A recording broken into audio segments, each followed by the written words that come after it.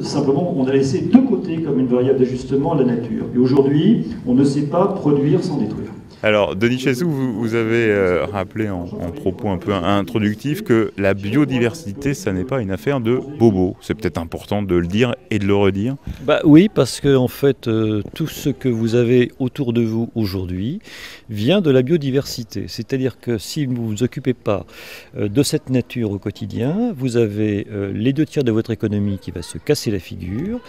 Vous n'aurez pas de médicaments pour demain, vous n'aurez pas tous les biens, on va dire, les services de régulation, c'est-à-dire que la biodiversité, quand vous avez une forêt, ça vous permet d'éviter d'avoir des érosions, ça vous permet d'avoir une eau qui va être épurée naturellement sans passer par une station d'épuration.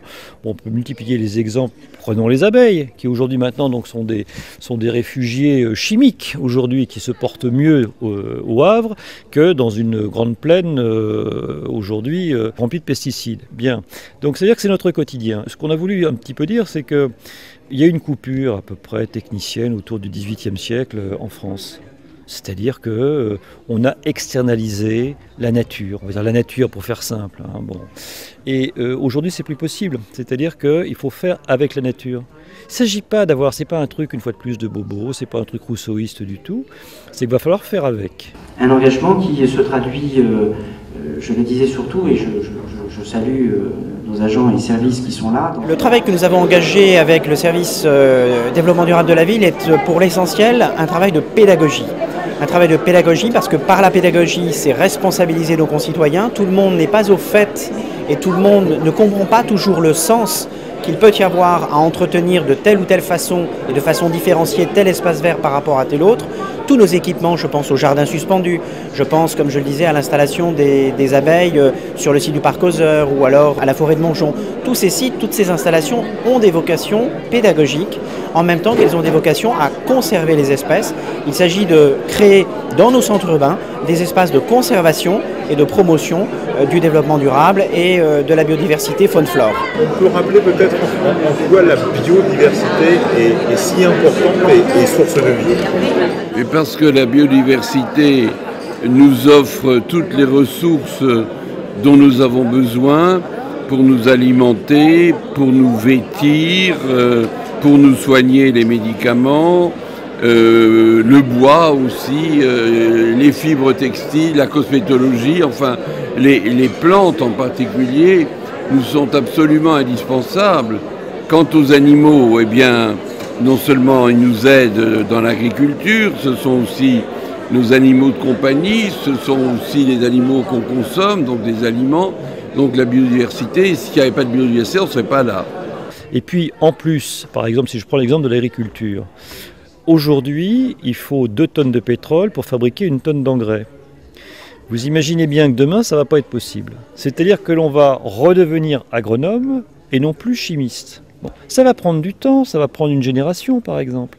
Il faut savoir que la ville du Havre s'est engagée dans un programme qui consiste à réduire de 50% le traitement de nos espaces verts avec l'utilisation de pesticides.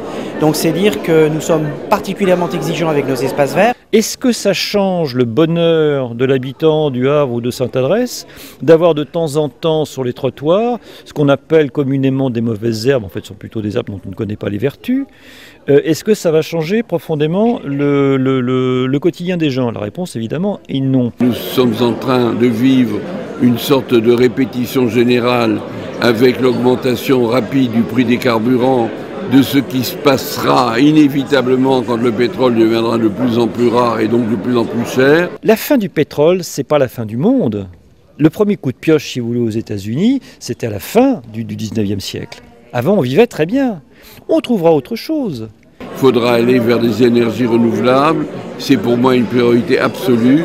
Ce sont par ailleurs des énergies qui ne polluent pas, ce qui est excellent pour la biodiversité.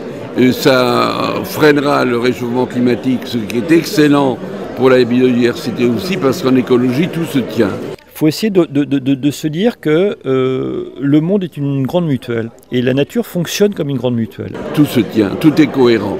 Et dans une société qui n'a pas de cohérence, qui vit dans des paradoxes, qui fait une chose et son contraire en même temps, je pense que la vision écosystémique, écologique du monde, qui n'exclut pas l'économie, puisque les énergies renouvelables créeraient énormément d'emplois. C'est la vision dont nous avons besoin. Et on ne fera pas sans. C'est-à-dire que ce 21e siècle, de toute façon, sera écologique au premier sens du terme ou ne sera pas. On a devant nous la première grande question qui est posée à l'ensemble de l'humanité d'un point de vue politique, qui est la question du réchauffement climatique. Derrière tout ça, ça nous interroge sur nos modes de vie. Alors, il n'y a pas de fatalité, mais simplement, il faut que l'on change, inévitablement que l'on change. D'où l'intérêt de cette soirée sur la biodiversité. Ça m'a bien intéressé, et puis je ne regrette pas du tout d'être venu, quoi. Dans l'intérêt général, je pense qu'il y a vraiment une prise de conscience par rapport à ça, et même mon activité de tous les jours fait qu'on sent de plus en plus le public intéressé à ces choses-là. Il fallait mettre en évidence ce thème de la biodiversité, et nous avions ce soir avec le professeur Pelt et M. Chessou des acteurs engagés en faveur de la biodiversité. Donc voilà, je pense que les gens aujourd'hui comprennent un petit peu mieux le sens de ce mot qui peut paraître technique, qui peut parfois paraître abstrait et sous lequel il y a des choses très concrètes, la vie, les plantes, les abeilles. Et surtout se voir rappeler que c'est le produit d'une politique et donc ça peut être inversé et qu'avec du volontarisme on peut arriver réellement à inverser la situation très dramatique à notre sens dans laquelle nous sommes. Alors moi ce qui me motive ce sont les enfants. Je trouve que plutôt que de profiter bêtement de ma retraite, la consacrer aux générations futures à qui on voudrait laisser une terre en bon état, puisque c'est ça l'enjeu de l'écologie évidemment. C'est une motivation qui pour moi est très forte, qui me mobilise entièrement, à laquelle je me consacre totalement. Donc pour moi c'est le cœur de ma vie.